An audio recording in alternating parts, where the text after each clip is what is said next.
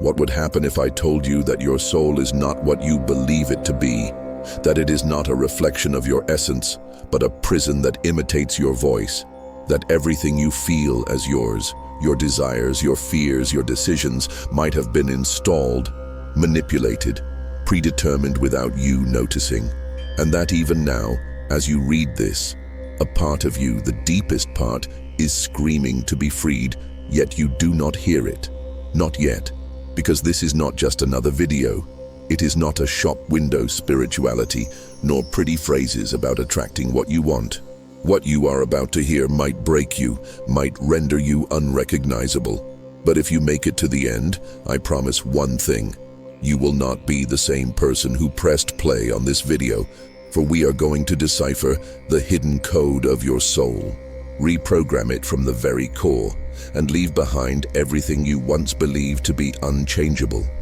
But be warned, the further you advance, the more your old identity will dissolve, and when you reach the end, you will not know whether to thank or fear what you have just discovered. The decision to continue is yours, but if you give up, there will be no turning back.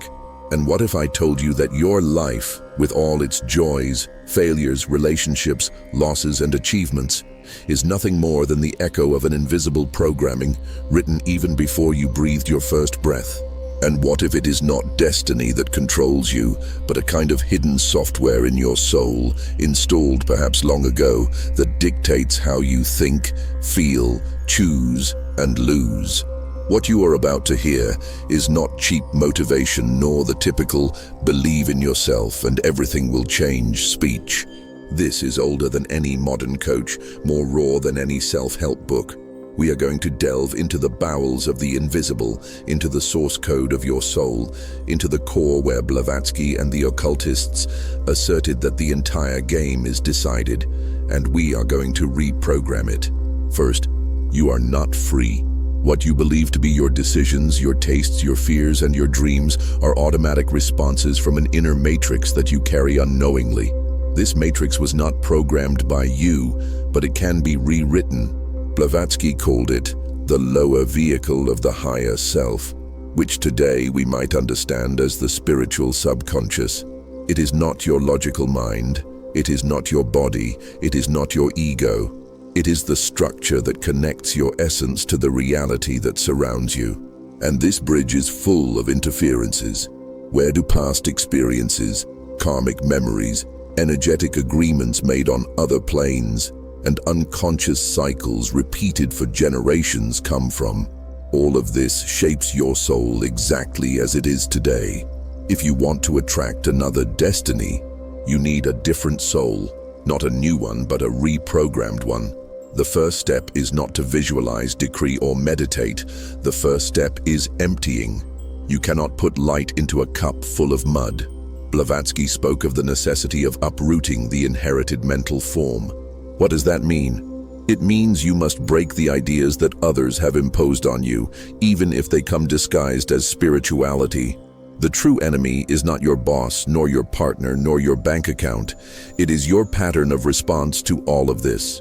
You always react in the same way. The universe will always give you the same. Therefore, reprogramming the soul begins with the brutal honesty of seeing yourself as what you truly are, an unconscious product of invisible influences. Until that breaks down, there is nothing to build upon. Once you accept that you do not know who you are, because what you believe to be is the sum of conditioning, the real process begins. The symbolic purge. This is not poetry, it is literal. You need to empty yourself of who you are. Blavatsky described this as a death before death, an internal renunciation of everything you believe you need.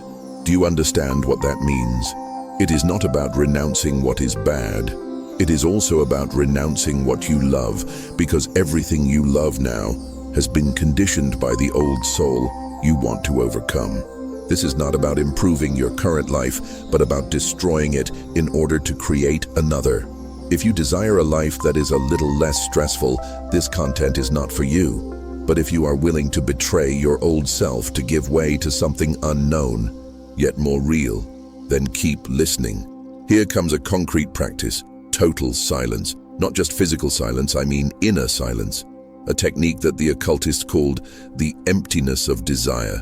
It is about isolating every internal impulse and not following any, about not thinking, not wanting, not projecting, but simply observing for hours, days, or even weeks if possible, because only in that emptiness, without your thoughts, without your emotions, without your desires, does a different voice emerge.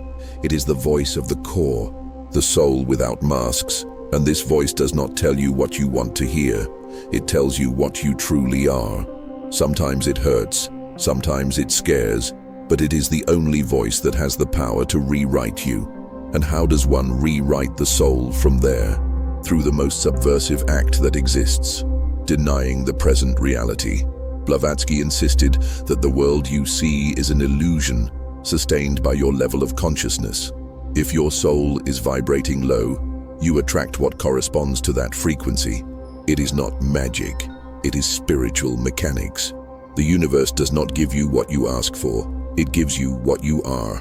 Therefore, changing what you are is more important than desiring something else. Want abundance? Be abundance. Want love? Be love, but not with empty affirmations, rather with an absolute reprogramming of the old soul that screams need inside while you affirm pretty things on the outside. That doesn't work. It never has. The next level of reprogramming is symbolic substitution. It is not enough to empty the soul. It must be filled with new archetypes. What does this mean? That you must build within yourself new images, new emotions, new structures of meaning that vibrate in coherence with what you wish to attract. Blavatsky spoke of this as the creation of the new astral body. It is as if you were an old building that has had everything demolished. Now is the time to construct a new one, but with different blueprints. This is where the power of creative imagination comes in, not as fantasy but as a magical tool. What you imagine with intense emotion and sustain with continuous energy begins to become part of your energetic field, and it manifests because the reprogrammed soul does not desire. It acts as if it already were. There are no shortcuts, no simple recipes, but there is a path, and the first step of that path is to accept that you do not need to improve your life. You need to transform yourself from the roots. Are you willing to become unrecognizable? To betray what you believe to be? To let your identity die so that something higher can take its place? If the answer is yes, then you have just taken the first step, not to a new destiny, but to the core from which all possible destinies are born. The soul is a mirror, and what it reflects will be your world. Once you accept that you do not know who you are, because what you believe to be is the sum of conditionings, the real process begins, the symbolic purge. This is not poetry.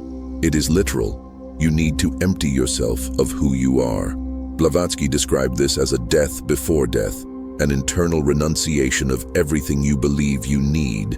Do you realize what that means? It is not about renouncing what is bad. It is also about renouncing what you love, because everything you love now has been conditioned by the old soul you want to overcome. This is not about improving your current life, but about destroying it to create another. If you desire a life that is a little less stressful, this content is not for you. But if you are willing to betray your old self to give way to something unknown, yet more real, then keep listening. Here comes another concrete practice: total silence. Not only physical silence, but inner silence. A technique that the occultists called the emptiness of desire. It is about isolating each internal impulse and not following any. About not thinking, not wanting, not projecting, but simply observing for hours, days, or even weeks if possible, because only in that emptiness, without your thoughts, without your emotions, without your desires, does a different voice emerge. It is the voice of the core, the soul without masks, and this voice does not tell you what you want to hear. It tells you what you truly are.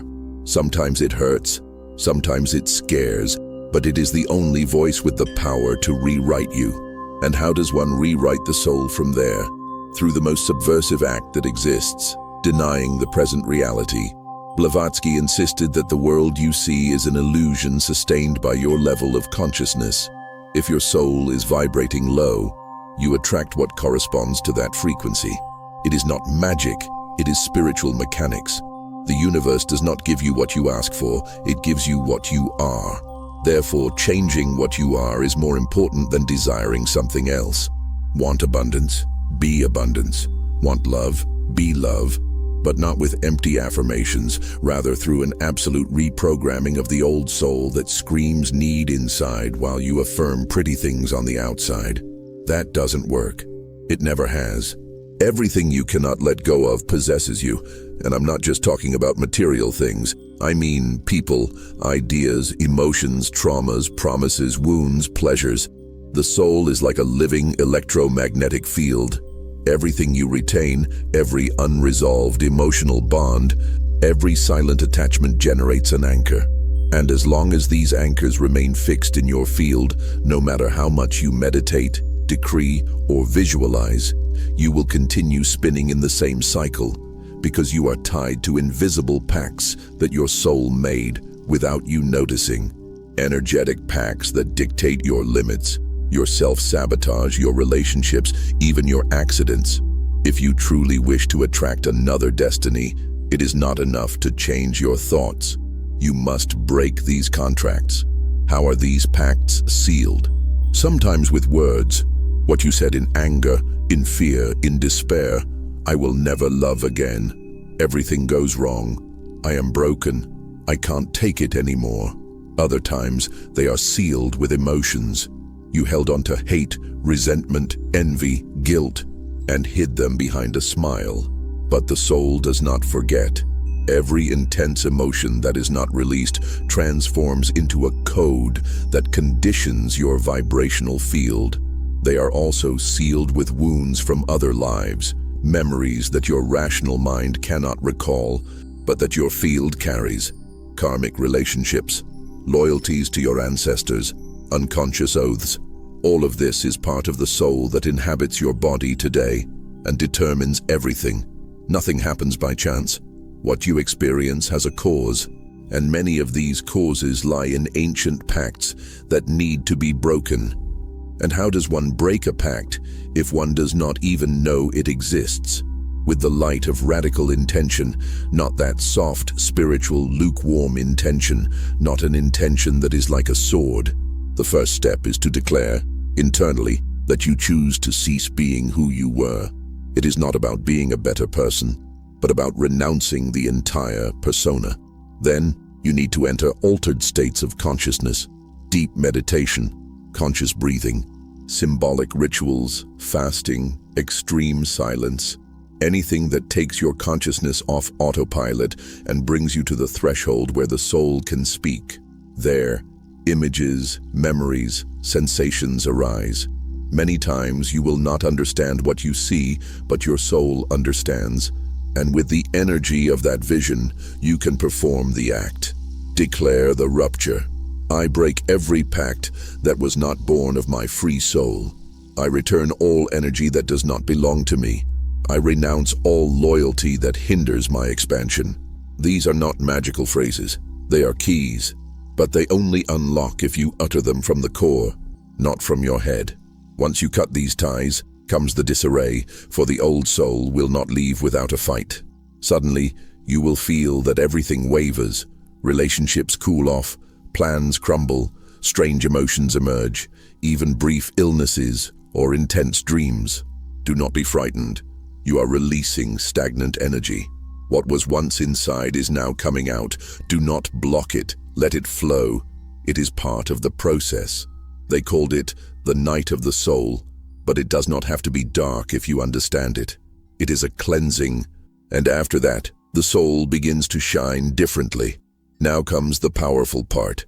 The free soul begins to attract based on a different logic. It does not seek, does not chase. It simply emits. It is a magnet.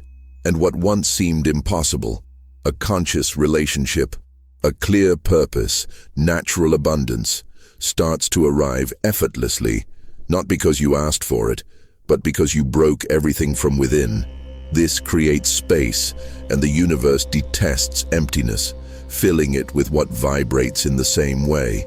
If your soul vibrates in freedom, you attract freedom. If it vibrates in guilt, you attract punishment. Here, there is no morality, only frequency. Blavatsky said that the universe is mental, but the mind is a slave of the unpurified soul. If your soul is dirty, your mind lies to you.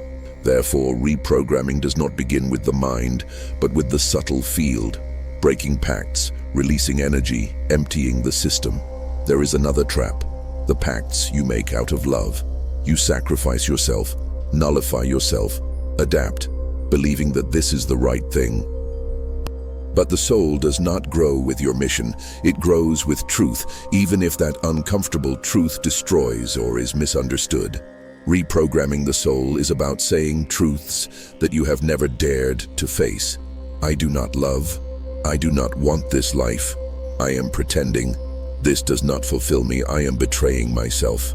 Only from that point can you rebuild yourself. The universe responds to the authentic soul, not the perfect soul. And to make matters worse, there is the deepest pact of all, the one you made with yourself at the very moment you decided to be less in order to fit in, whether as a child, a teenager, or even in another life. At some point, you accepted a reduced version of yourself because it hurt less, because it gave you love, because it avoided rejection. This pact is the hardest to break, for it feels like identity, but it is not. It is merely a prison disguised as a personality. If you can identify the exact moment when you cease to be yourself and choose to return to that core, then your true power begins. Not the power to control life, but the power to live in absolute coherence. From this new place, you begin to attract different things, not because you propose them, but because you no longer carry within you the codes of what you once did not want. It is as radical, as simple, as brutal as that. Reprogramming the soul is not gentle. It is not comfortable. It is an internal revolution. But if you are willing to lose everything except your truth, you will gain everything, for the free soul does not negotiate with fear. And when you stop negotiating with fear, life responds to you with miracles. There is a truth that no one wants to accept. Your soul does not vibrate in a vacuum. It vibrates through a body that you do not see, but that completely contains you. It is your energetic field, your system of channels, centers, and power zones, which are constantly screaming who you truly are. If this body is blocked, your destiny will be too. If there is energetic leakage, there is a leakage of purpose. If there is an overload in one chakra, there is obsession, anxiety, or attraction to repeated experiences. If there is a collapse, there is emptiness, there is lack. Therefore, reprogramming the soul is not only psychic or emotional, it is physical on a level that is unseen. And the worst part is that you have carried, for years, interferences that you no longer even recognize as foreign. Everything you experience, everything you feel, every interaction leaves a mark. Every conversation, every argument, every orgasm, every trauma leaves residues, energy that enters, that remains, that mixes with yours, and your field becomes contaminated, saturated, deformed. Has it never happened that you were with someone and ended up exhausted, or entered a place and felt a headache? That is your energetic body saying, there is something here that is not mine, but that affects me. The problem is that you have learned to live with it, to function with contaminated energy as if it were normal, but it is not. And as long as you do not cleanse this structure, you will continue to attract distorted versions of the life you could have. Blavatsky referred to this as the destiny-shaping aura. What you have around you is not just energy, it is a mold, a living, dynamic, sensitive form that reacts to every thought, every belief, every experience, and this mold projects a constant signal to the universe. Want to know why you keep attracting the same thing? It is not because the universe hates you, but because your mold remains the same. Changing the soul is about changing the mold, and that can only be done by moving energy. How does one move stagnant energy? Through ancient techniques that today no one teaches correctly. Rhythmic breathing, chaotic movement, conscious shaking, vibrational voice. I am not talking about gentle yoga or guided meditation. I am talking about brutal and real unblockings that involve using your body as a channel of transmutation. When you breathe deeply and rhythmically for minutes or even hours, you enter another state. The field begins to liberate, old memories emerge, emotions surface. Sometimes you cry, tremble, shout, or laugh without reason. You are removing layers of energy that you did not even know were still there. And each time you do this, the mold changes, your signal changes, and then the world begins to respond differently. Another key practice is the connection with the Earth's field, not as a romantic idea, but as a literal recharge. You are disconnected from the ground. You live among screens, concrete floors, and artificial lights. Your energetic body is dehydrated. If you do not reconnect with nature, barefoot in silence with intention, no magic will work. Blavatsky taught that telluric energy is part of your subtle nourishment.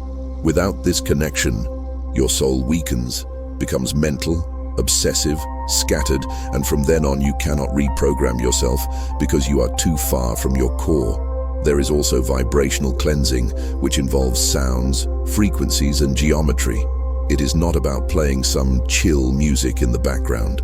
It is about understanding which frequency cuts, which elevates, which unlocks, and which seals. Sound is an invisible architecture. When you use mantras, tones, or archaic instruments, you are modifying your field. Blavatsky said that the correct vibration can undo energetic structures implanted from other lives. It is not a metaphor, it is literal. But no one teaches you to use sound as a scalpel, only as decoration. Here we use it as a surgical tool, and even more radically, as energy retrieval. Did you know that you are feeding other realities with your field? Thoughts that are not yours, relationships that are over, places where you left a part of yourself. Every time you think of something with strong emotion, you are sending energy, and if you do not recover it, you become weakened. Why do you feel tired all the time, even when sleeping? Because your soul is scattered in various directions. Recovering it is vital. How? With internal invocations.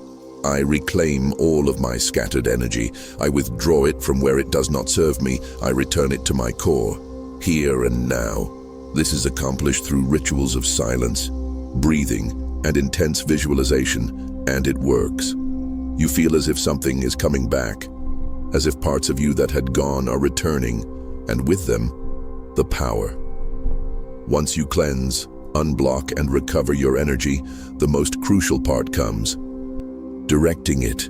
Because energy without direction is an unstable field, and the universe responds better to stable fields. What direction do you give your energy? You do not decide it with the mind, but with emotional intention. If you clearly feel where you want to go, not from a desperate desire, but from a deep conviction, that intention becomes like a laser. The entire field aligns, and then true manifestation begins, because you are no longer asking, you are ordering, you are not desiring, you are tuning in, and the universe has no choice but to respond. You do not need to understand all the mechanics of the soul. You only need to cleanse your channel, recover your energy, and direct it with a coherent intention. This is the energetic alchemy of reprogramming. And if you do that, if you take this process seriously, you will begin to notice that something changes in the air. People start to look at you differently, listen to you with different ears, unexpected opportunities arise, pieces fall into place on their own, and it is not luck. It is your new frequency claiming its place in reality. The most dangerous enemy is not pain, nor fear, nor trauma. It is the ego disguised as a master, the one who says, "You are healing," when in reality, it is numbing you, the one that makes you feel special for knowing certain things, for reading certain books, for meditating, for vibrating high, while in truth you remain trapped in the same dynamics as always, only now disguised in prettier language. This spiritual ego is the most elusive of all, for it does not face your growth, it hijacks it. And once it takes control, reprogramming your soul becomes almost impossible, because you believe you are progressing when, in reality, you are going in circles inside a prison with walls painted with light. Blavatsky warned bluntly, "The worst enemy of the disciple is not the external darkness, but the false inner light." And she was right, for the spiritual ego does not want you to awaken. It wants you to believe that you have already awakened.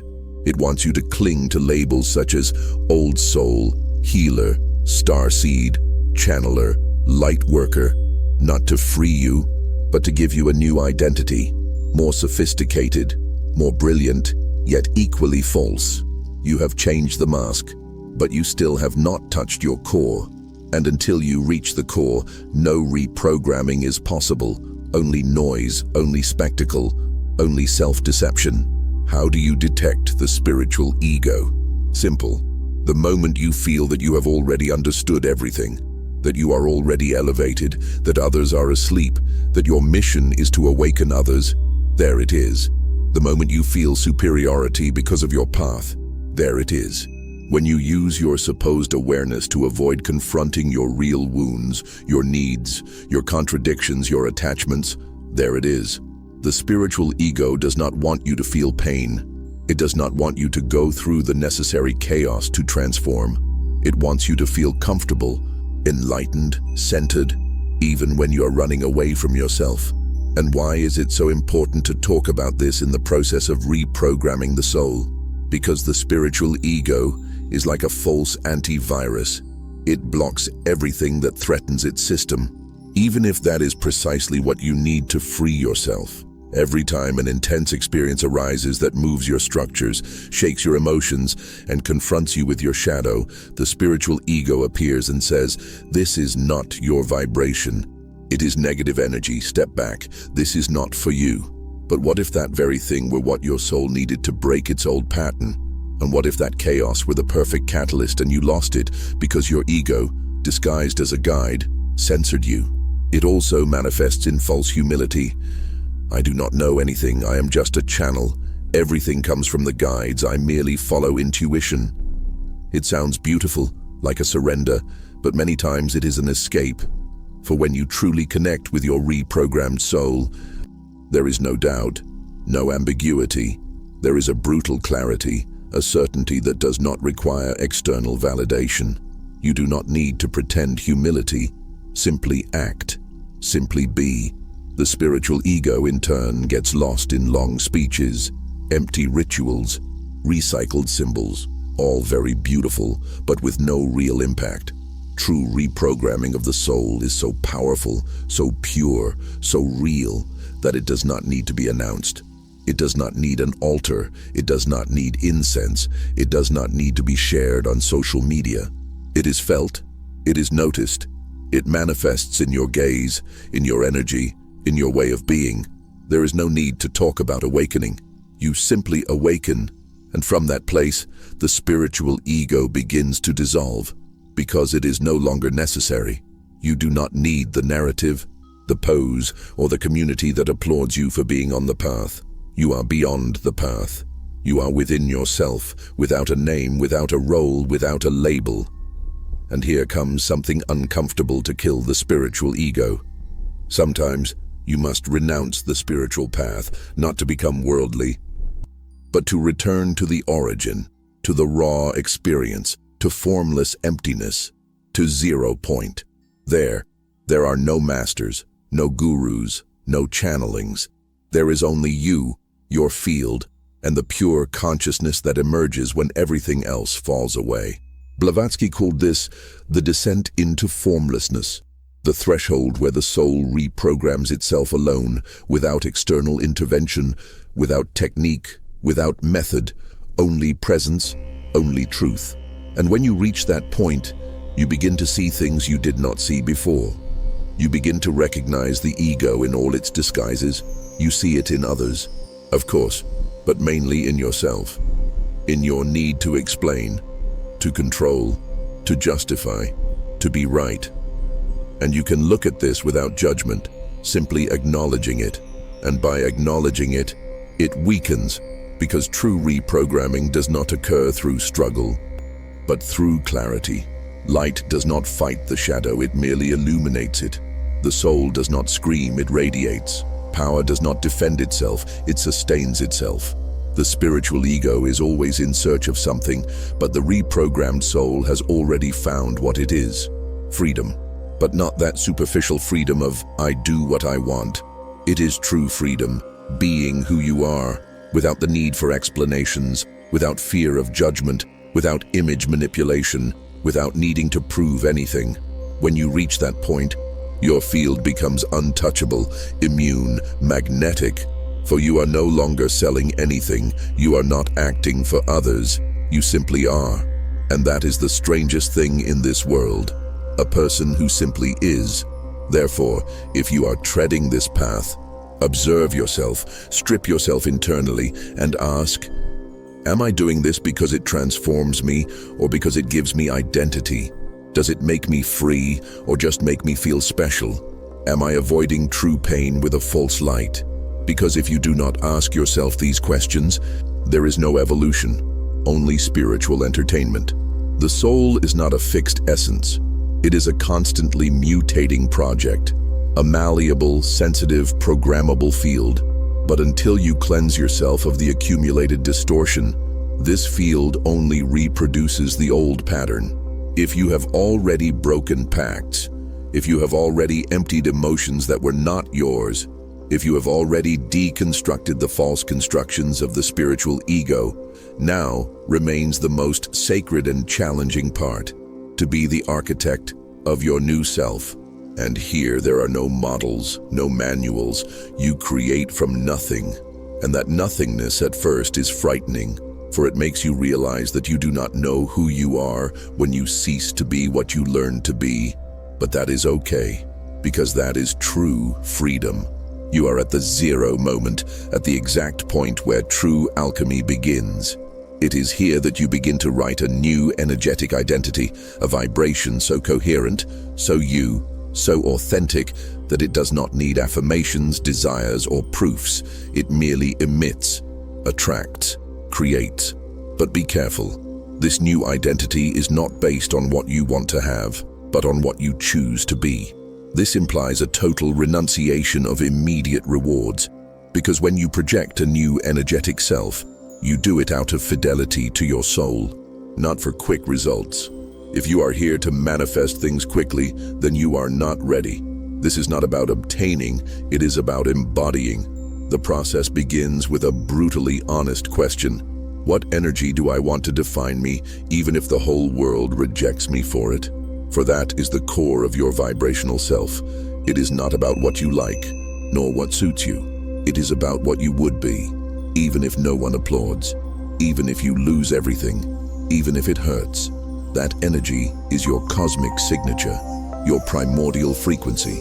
And until you discover it, everything else will be a borrowed construction. Next comes the first coding, the primary emotional choice.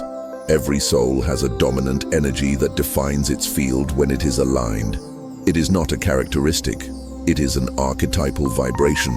It could be potency, serenity, vision, compassion, intensity, irreverence, certainty, jubilation. You know what it is. No one needs to tell you. It resides deep within you. It is the emotion that most profoundly connects you with your truth. When you identify it, you need to do something radical.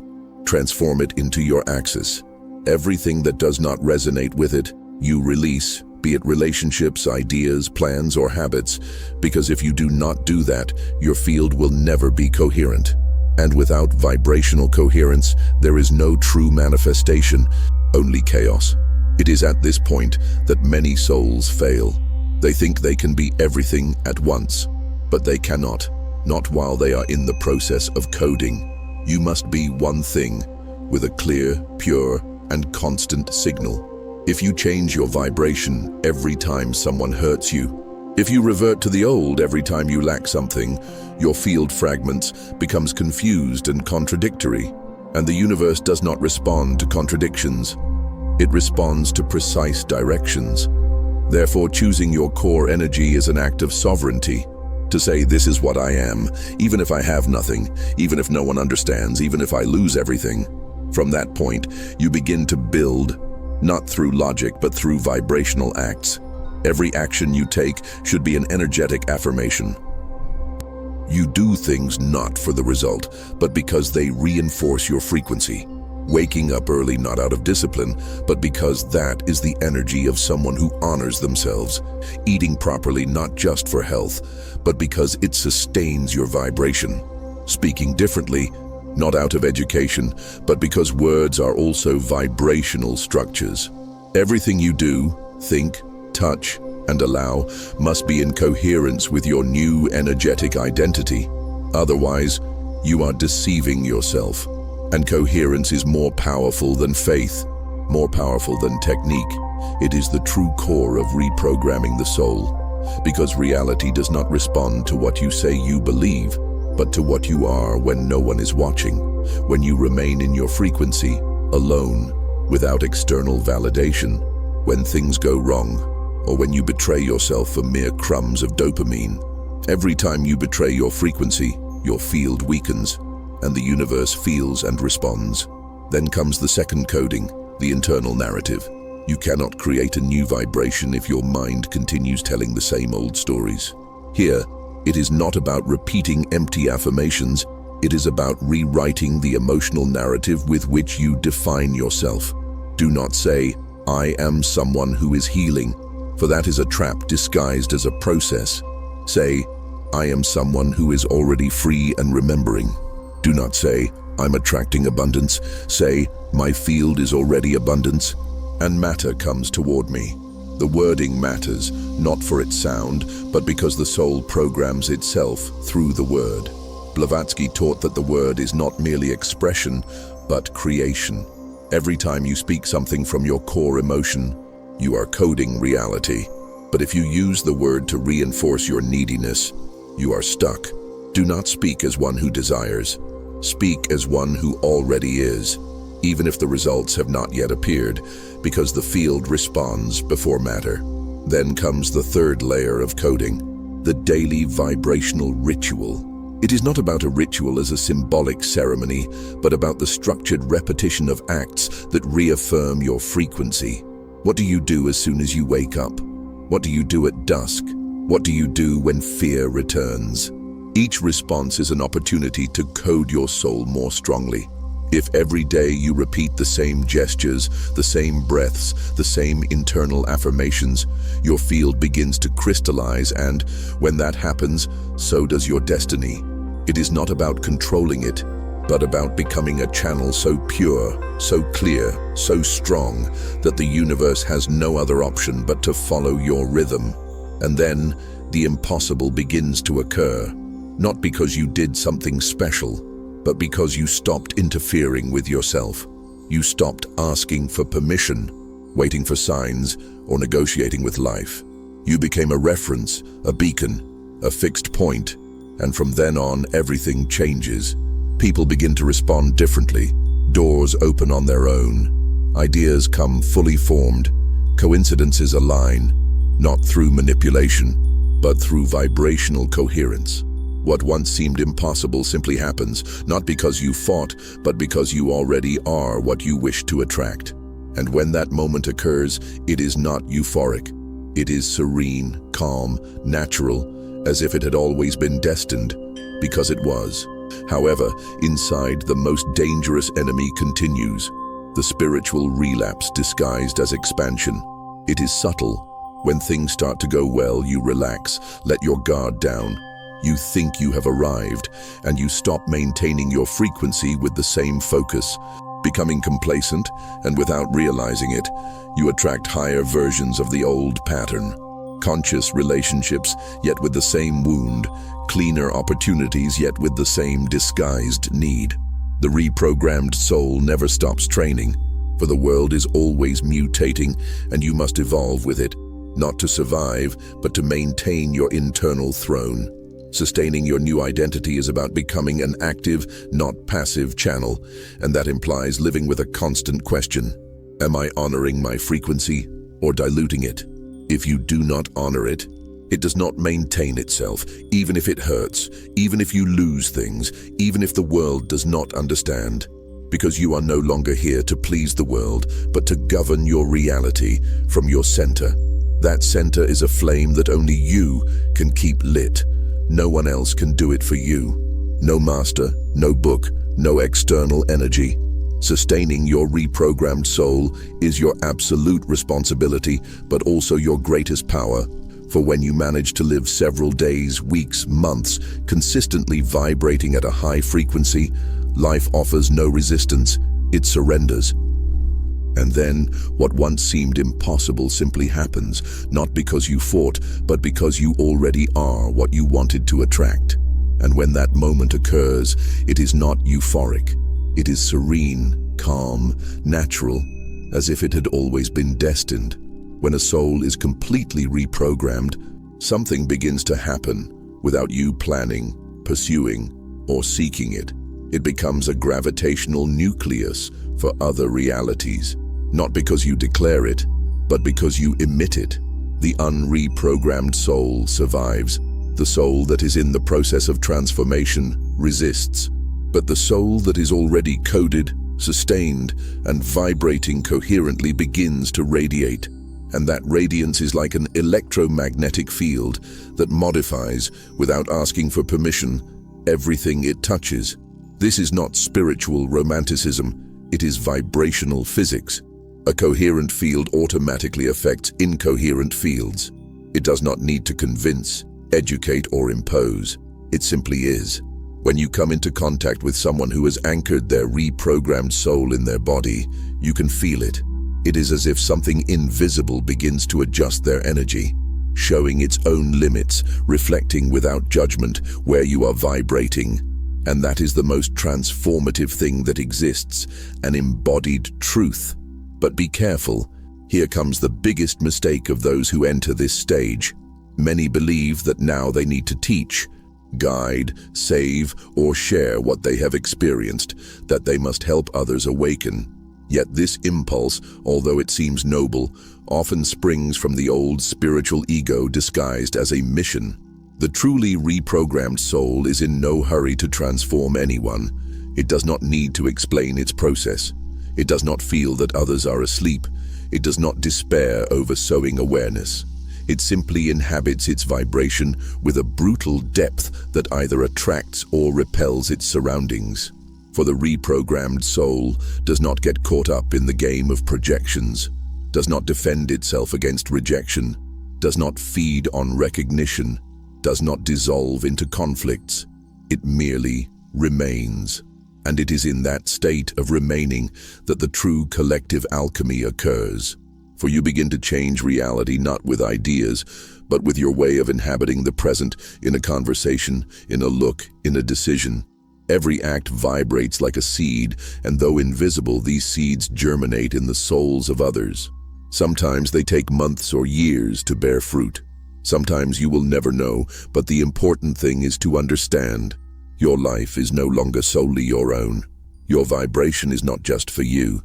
You are part of a larger organism, and by raising your frequency, the entire field is elevated, even if no one notices. Even if you receive no thanks or it seems that nothing has changed. And that is what sets the reprogrammed soul apart from all the others. It does not seek impact, yet it creates it. It does not intend to transform, but it transforms. It does not try to enlighten, yet it ignites. Here enters a sacred principle: vibrational non-authorship. You are not the owner of your light. It wasn't created by you, only recalled. You merely cleared away everything that blocked it. For that reason, you cannot use it as currency. You cannot charge for radiating. You cannot use your vibration as a tool of power. The reprogrammed soul does not accumulate followers, does not need disciples, does not create dependencies. It creates autonomies, because it knows that the true spiritual revolution is not about convincing anyone, but about silently activating the dormant power within each person. And when many reprogrammed souls meet in the same space, something extraordinary happens. They need not speak, they need not unite. Merely by being together, they change the structure of the collective field. Places that were heavy transform into sanctuaries. Blocked processes become unblocked. Energy becomes liquid, and entire realities collapse and are rebuilt. And over time, this begins to trigger social, cultural, and even physical changes. Not on the surface, but on the invisible foundation that sustains all human experience, the vibrational frequency of the shared field. Blavatsky hinted countless times that humanity's evolution would not be linear or massive, but quantum and silent, small foci of reprogrammed souls creating new fields of reality, not from power, but from coherence, not from discourse, but from an invisible example, not from conquest, but from expectation-free radiance. Then you realize something else. You no longer need to seek your purpose. You are your purpose. You do not need to know where you are going. Your vibration already charts the path. You do not need to understand where it will take you. The important thing is to continue vibrating as that which you have already chosen to be, and trust that, even without being visible, it is moving tectonic plates of the collective soul. Thus, you begin, almost imperceptibly, to live differently.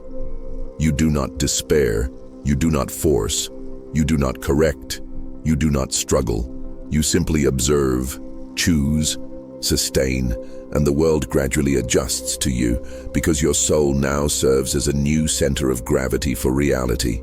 Everything you have done until now, everything you have undergone, transformed, and sustained, had one single purpose: to reach the edge of yourself, to that exact point where there is no more mask, no history, no spiritual construction, no luminous identity. You have arrived at the limit, and now before you lies the final decision. Do you want to continue being someone, or are you ready to disappear? For what comes is not a mere improvement, not another level of consciousness, nor a new power. What comes is the total annihilation of the ego as a separate structure. What comes is the complete surrender of your identity so that the soul dissolves into something much greater, the universal field of creation. You are not the creator, not the channel, not the observer. You are the field itself. But for that to happen, one must die. Not physically, but internally, in a radical, painful, and beautiful way. The final imprisonment of the reprogrammed soul is believing that one has already achieved something, that one is already free, that one already radiates light. All of this is still the ego speaking, the expanded ego, the evolved ego, but it is still the ego. And as long as there is an ego, there will not be totality. There will be only interpretation, only perspective, only a subtle distortion. The final trap is to think that the evolved ego is the end. It is not. It is the last obstacle. Blavatsky knew this, which is why she spoke of the final stage of the initiate as the fusion with the Logos, not a mystical union, not a spiritual orgasm, but a dissolution, an absorption, an absolute surrender to that which has no name, that does not think, that does not speak, that does not desire, to that which simply is. At that point, one does not feel peace, one does not feel ecstasy, one feels nothing, for there is no longer anyone to feel. And in that nothingness, the soul becomes a pure field, a universal pulse, a presence without history. But reaching this is not instantaneous. It is a tear, a look into every corner where the ego still resides, and burning it, not integrating it, not loving it, but annihilating it. For there can be no totality as long as anything claims identity.